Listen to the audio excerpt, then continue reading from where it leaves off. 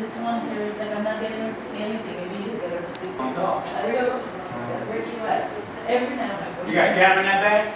Oh, no. Families, friends, welcome to our 4th annual Children's Speech Contest. My name is Nasir I'd like to talk to you a little bit about preparing for what's going to happen today. Today is something that's very special and something unique in the history of Nasir. Now, before we begin, have a brief presentation. Do that right after I talk to you a little bit. Matter of fact, let's do that first. Then I'll tell you, ask you one question. How many of you know where the speech contest or what inspired the speech contest? If you know, let's go. But before we begin, we have a very special presentation today. The person that's going to introduce him is our Rasul Nasir, and this person is going to do a very special presentation. It's so special, I don't even want to tell you what it is. I'm going to let Soke tell you about it because he knows a bit more about it. So without further ado, Soke Rasul Nasir.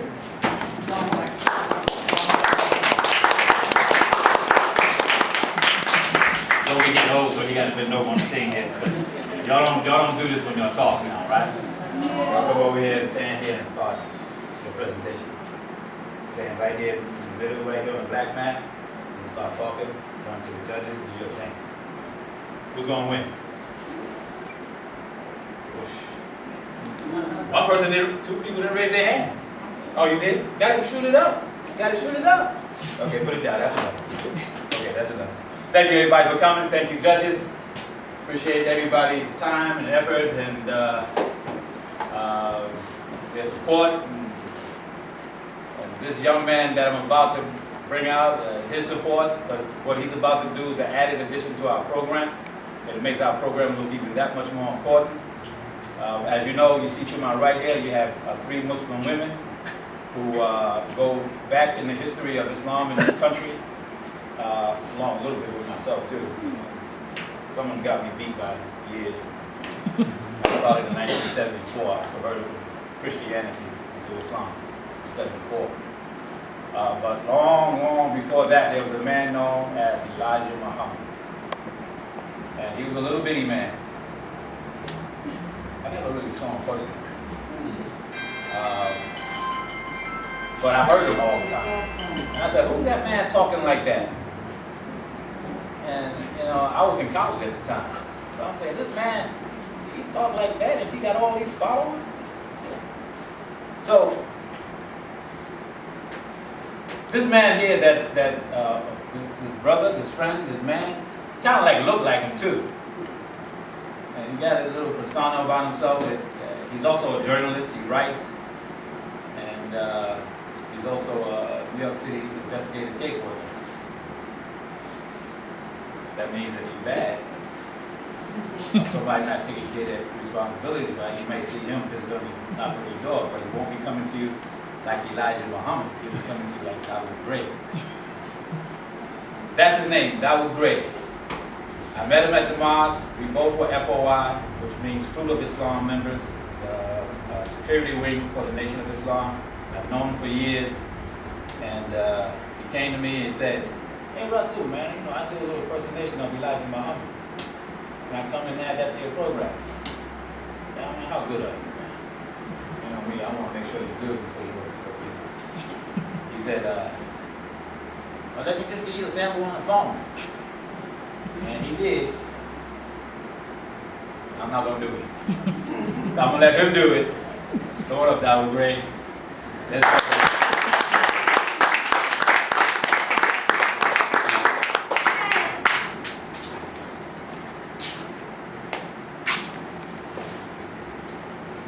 Greetings, everyone.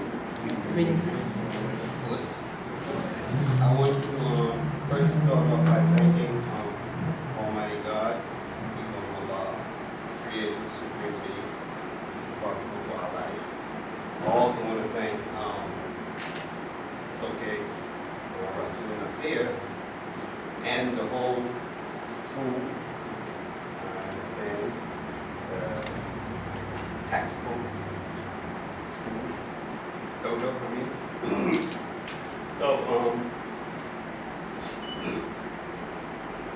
I wanted to start by asking you a question.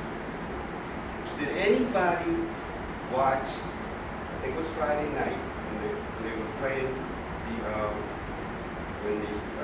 they had the playoffs.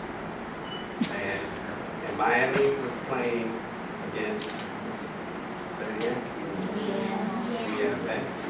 That was on Channel 37. On Channel 36, there was a spelling bee, the script spelling bee. Did anyone catch a glimpse of that? Yes. Okay. That was very important. What type of children were mostly involved in that spelling bee? Right. What country did they mostly come from? You know what their ethnic background was? New York. They lived in Europe. But where did their parents and family come from? Not China. Say it again. Okay.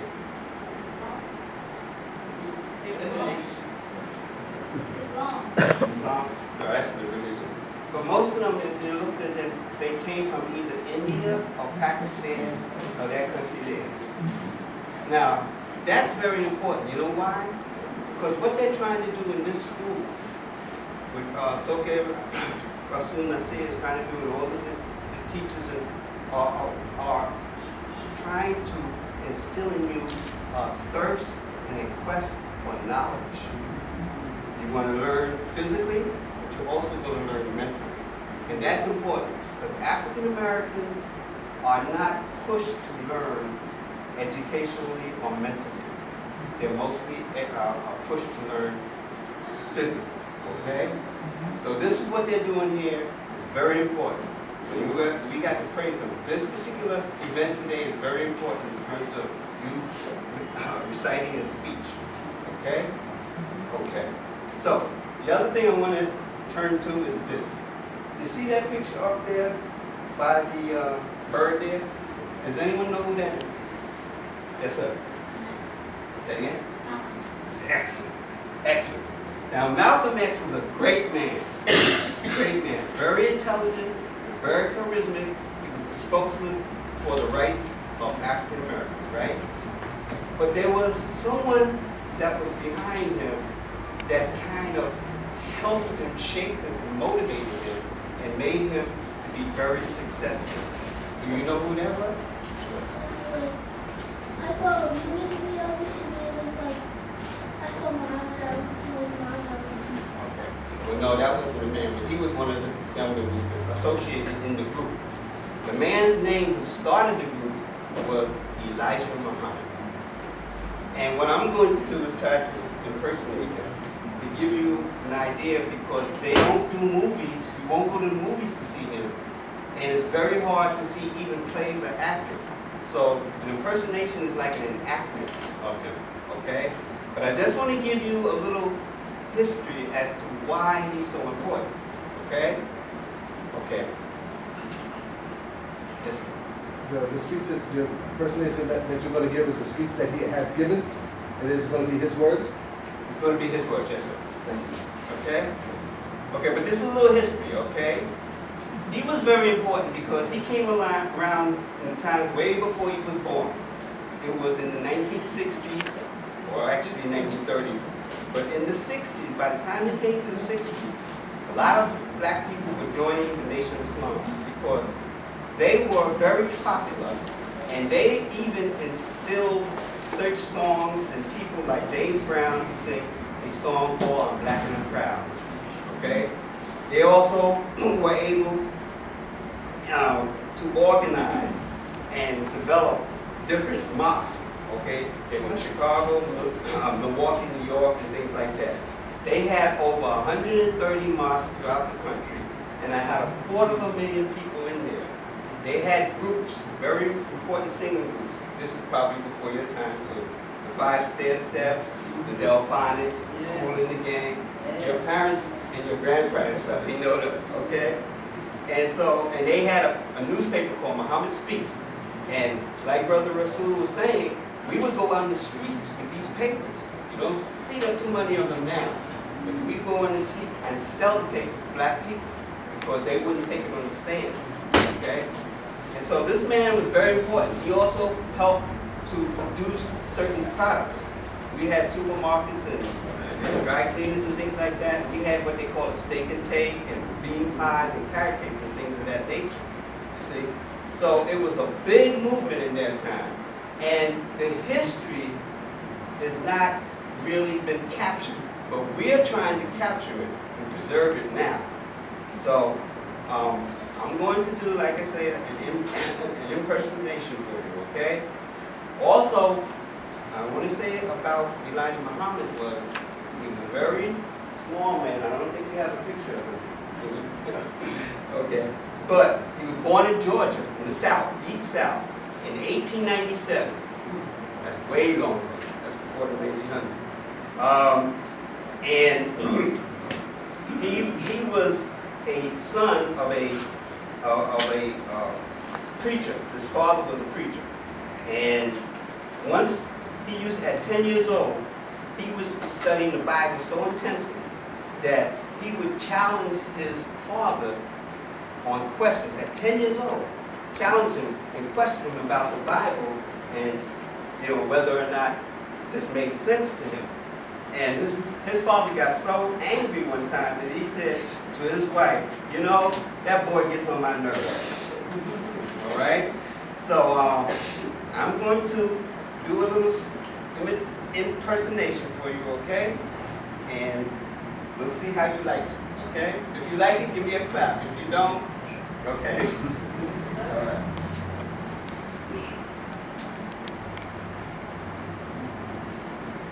Greetings. I am Elijah Muhammad, preacher of freedom, justice, and equality to my people, the lost, found members of the Black nation, original people of the earth, who have been lost from their native land for the last 400 years, and now has been found, as it has been written and prophesied in the Bible by God Himself, in the person of Master Farad Muhammad, to whom praises is due forever. If you study the Bible and prophecy concerning the searching and finding of that member of the darker people of this earth, you will find that all the teachings you have heard coming from me is none other than the truth. That they would be found in the wilderness of North America, according to the symbolic teachings of the Bible. Wilderness means place of sin, and where evil is practiced, and where wickedness is dominant. America answers that description, as we see how law is ignored and how justice is not practiced when it comes to the so-called Negro. This must be the place where the lost found people are really at, or rather in, pardon me. And now something must be done about the separation and the restoring back to their own people. Our subject today is the time and what must be done. Today I must say to you that the time of the white man's doom is approaching. God has sent me. He will destroy this. God has said to me, He will destroy this people. And they are doing everything possible except offering true justice and freedom and themselves to the so-called American Negro. They refuse to teach that he should go for himself and be united again to his kind. This is absolutely universally known. And the poor so-called Negro should realize these facts and should unite together. He must separate and make ready for exodus of the master's wicked enslaved and tricked hands to someone, to somewhere on the earth that he can call his own. Because the white man owns this country, and the so-called Negro owns nothing. But he hopes for employment. This is his cry. Give me a job. When his cry should be, give me some land and let me make my own job. But he has been so brainwashed by his slave masters that he even don't think that he can go for himself. And that is why these teachings is more beneficial to the so-called American Negro than all of the history and teachings he have ever learned since being in the Western Hemisphere.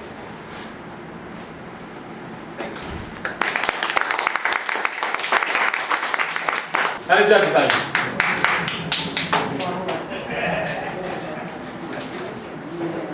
Okay, so we're going to start this, continue like how we normally begin all our classes and open all of our sessions.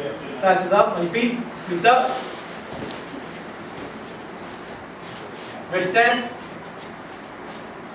Charisma, Dojo Creed. Dojo Creed. Dojo Creed. We are. Muminu.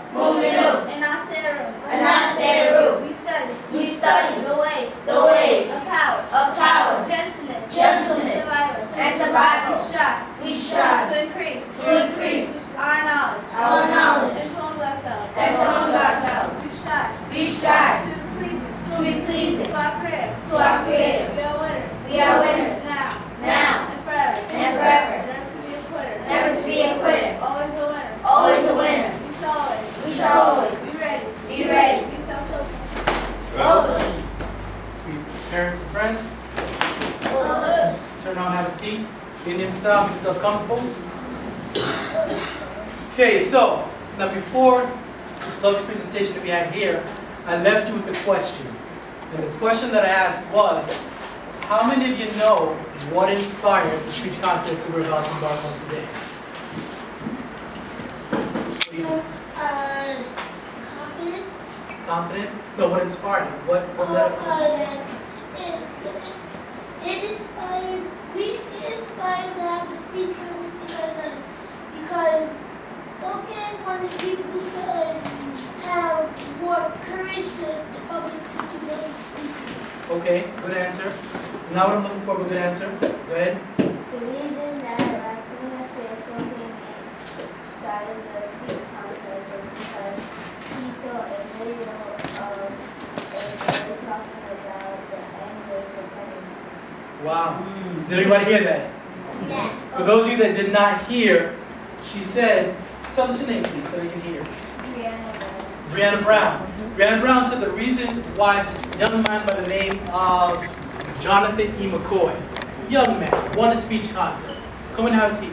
Won a speech contest, and it was so well done, and he did it so well that he was able to not only do it in front of a church, but the audience in front of the governor.